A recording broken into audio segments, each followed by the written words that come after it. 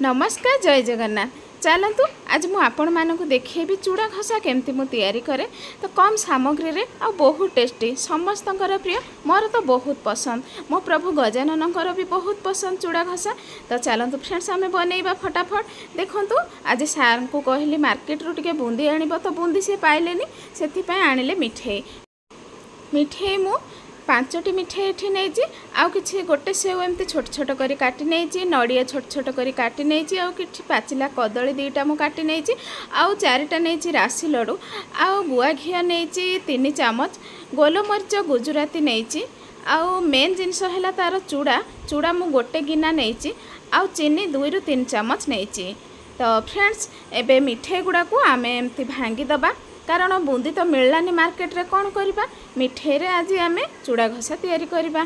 तो फ्रेंड्स सब मिठे गुड़ा को मु एबे भांगी देजी मिठे गुड़ा सब किछि मु एबे भांगी देली। देखंतु केते गुड़िए बूंदी हे गला और राशि लड्डू भी हाथ रे भांगी थांते किंतु बहुत टाण थिला तो ताको टिक्के आमे ग्राइंड करी आनिबा बहुत टेस्ट लागिवो। फ्रेंड्स चलंतु एबे नेक्स्ट प्रोसेस को जिबा। तो देखो फ्रेंड्स सब किसी मुझे ग्राइंड कर आनी चीनी भी ग्राइंड कर देछि आउ चूड़ा भी ग्राइंड कर आनी आउ चूड़ा को बेसी प्लेन करके ग्राइंड करनी। तो गोलमरीच गुजराती ग्राइंड कर आनी राशि लड्डू जो थिला मु ग्राइंड कर आनी। देखो फ्रेंड्स एते टाण जे ग्राइंडर रे भी से भांगिलानी। तो फ्रेंड्स गोटे थाली रे भी पकईदेली मु चूड़ा ता ऊपर देदेवी गुआ घी 2 ରୁ 3 चामच गुआ घी नहीं मु यार ना जेहेतु चूड़ा घसा गुआ घीरे भल भाव ताकू आमे घसीबा तार ना चूड़ा घसा एटा समस्ते कहती चूड़ा को भल भाव घसिले ही ता ना दि जाइए से चूड़ा घसा भल करके पूरा मिक्स करवा। गुआ घीर फ्लेवर तो बहुत बढ़िया फ्रेंड्स आसु थाए आपण मैंने बनइले जानी पारिबे केते सुंदर टेस्ट आसीबो। मो देह टिके खराब फ्रेंड्स सेति पय टिके खास खास मोर होची माने मोर स्वरटा टिके अलगा टाइप रो सुबुथबो। तो फ्रेंड्स देखंतु भल भाव मो हाथ रे टिके 1 ରୁ 2 मिनिट पर्यंत ताकू मिक्स करिवे जेमति कि पूरा घसी हे जिवो आउ पूरा पूरी मिक्स हो जिवो घीरे आमर जेमति घी बास्ना भी बहुत बढ़िया आसीबो आउ चूड़ा भी आमर मिक्स हो जिवो। तो फ्रेंड्स देखंतु मु भल भाव ताकू मिक्स कर देछि 1 ରୁ 2 मिनिट पर्यंत। एबे चलंतु आमे अलगा जिनस गुडा को पकेइबा।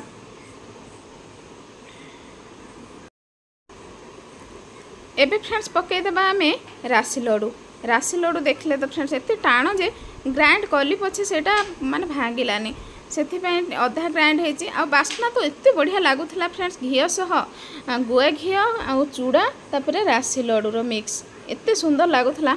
चीनी एतिकी ग्राइंड करदेली किंतु एतिकी बलैदेली हेले चीनी बेसी माने पड़िले भल ना अधिक हो जाए ना चीनी मोर से मु अधा बलैदेली आ रखीदेली। एबे चीनी पकईकी भल भाव मिक्स करदबा। देखो फ्रेंड्स केते सुंदर है कि आमर बास्ना तो एते सुंदर आसुला फ्रेंड्स जेहेतु राशि पड़ी तापर घी एते सुंदर बढ़िया बास्ना आसुला। आपण मैंने थरुटे एमती बनातु फ्रेंड्स। आउ आजिर एई चूड़ा घसा केमती लागिला आपण मानकु निहाती कमेंट करेंगे फ्रेंड्स। एबे बूंदी मध्य अधा बलैदेली कारण बूंदी अधिक हो बेसी मीठा हेले भी भल ना तथापि एक्सेस माने मते मीठा टिके बहुत दरकार फ्रेंड्स मते बहुत भल लगे मीठा तो मु मीठा टिके अधिक करछि आपण माने आपण को अनुसार नहीं पारिबे।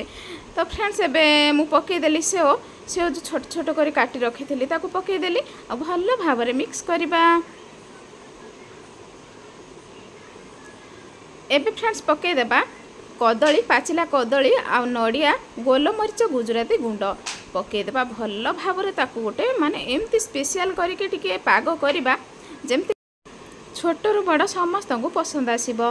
देखंतु फ्रेंड्स केते सुंदर करके मु एबे पाग कर देछि आम चूड़ा घसा आउ या ना चूड़ा घसा कहीं दिया है ना जेहेतु आमे गुआ घीरे चूड़ा को भल भाव आमे घसुचे तो सेथि पय तार ना दिया है चूड़ा घसा।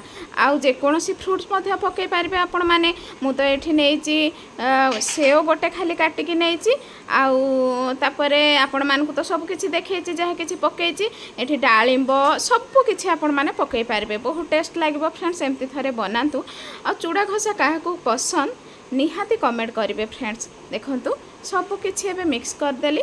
एबे कौन करी ना महाप्रभु श्री जगन्नाथ को आ गणपति बापा को चढ़े देवी भोग लगे देवी आ पुणी आपण मानक सह पुणी देखा हेबी रहुची नमस्कार जय।